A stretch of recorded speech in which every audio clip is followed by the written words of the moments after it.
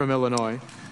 Thank you, Mr. President. Let me begin by just expressing my utmost support for the senator from Virginia and to indicate that I am absolutely convinced of his commitment to our troops, and that I don't think there are many people on this Senate chamber who understand our military better and cares more deeply about our military, and so I have the highest regard for him. I have to say that I respectfully disagree on this issue and must rise in strong support of the amendment offered by Senator Webb to require minimum periods between deployments for members of our armed services who are serving in Iraq and Afghanistan. And this amendment protects our brave men and women in uniform and ensures that our armed forces retain their ability to meet any challenge around the world. That is something that ultimately all of us have to be concerned about, and I'm proud to be a co-sponsor of this amendment. Mr. President, as I think you are aware, I opposed the war in Iraq from the beginning, and I've called repeatedly for a responsible end to the foreign policy disaster that this administration has created. Over 3,700 American servicemen and women have died in this war. Over 27,000 have been seriously wounded. Each month, this misguided war costs us a staggering $10 billion. And when all is said and done, it will have cost us at least $1 trillion. Now, there are different views of the war in this chamber, but there is no disagreement about the tremendous sacrifice of the men and women who are serving in Iraq and Afghanistan. They've performed valiantly under exceedingly difficult circumstances. They have done everything that we have asked of them. But they've also been stretched to the limit. The truth is that we are not keeping our sacred trust with our men and women in uniform. We are asking too much of them, and we are asking too much of their families.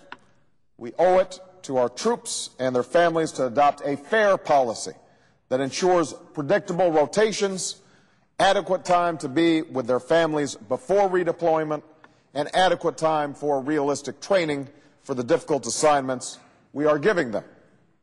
Our servicemen and women will always answer the call of duty, but the reality is that extended deployments and insufficient rest periods are taking their toll.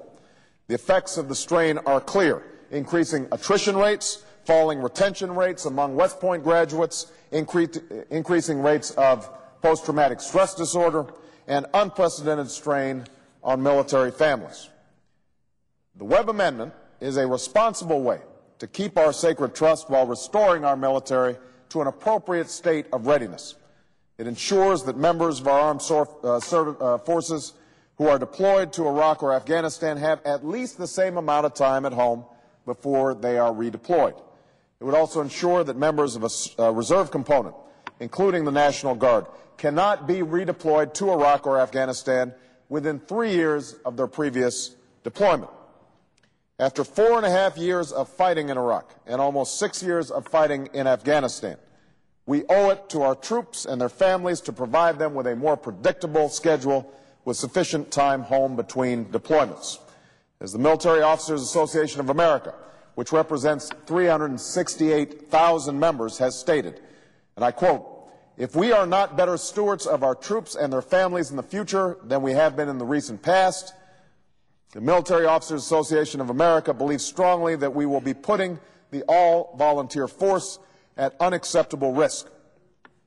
There are scores of anecdotes that bear out the strain on our families. One woman from Illinois recently wrote to my office to tell me how her husband was facing his 4th deployment in 4.5 years.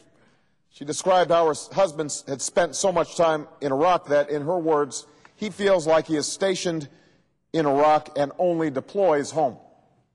That's not an acceptable way to treat our troops. That's not an acceptable way to treat their families.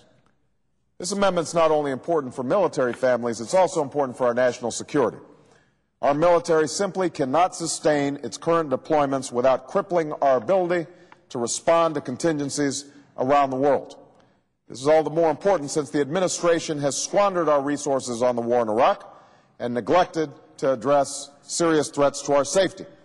According to the National Intelligence Estimate in July, al-Qaeda has, and I quote, protected or regenerated key elements of its homeland attack capability, including safe haven in Pakistan's tribal areas, operational lieutenants, and its top leadership. Ensuring the readiness and capabilities of our troops will be crucial to confronting the threat of al-Qaeda in Afghanistan and other parts of the world and deterring other threats to America's national security. Now, over the coming months, I will continue to push for a new course in Iraq that immediately begins a safe and orderly withdrawal of our combat troops. It changes our military mission to focusing on training and counterterrorism, that puts real pressure on the Iraqis to resolve their grievances, and that focuses our military efforts on the real threats facing our country. And, Mr. President, I just want to point out, as I said, I do not doubt the sincerity of any of my colleagues on the other side with respect to their concern about our troops. But the larger problem that we have here is that we seem to think that our troops and our resources are inexhaustible, and that we should keep on pouring them into a failed policy. It is a failed policy that needs to be changed. But a first step in changing that failed policy is acknowledging that our military has hit up next to its limits and that there are costs for us to continue down the wrong course that we have taken.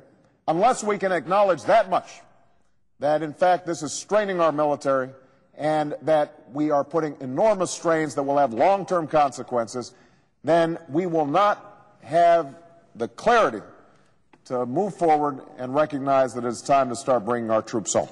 So, Mr. President, I believe that this amendment is an important part of that new course. It is reasonable. It is something that the American people would overwhelmingly support, and I strongly urge my colleagues to support this proposal. Mr. President, I have unanimous consent requests, 10 unanimous consent requests for committees to meet during today's session of the Senate. They have the approval of the majority and the minority leaders, and I would ask unanimous consent that these requests be agreed to and that these requests be printed in the record. Is there objection?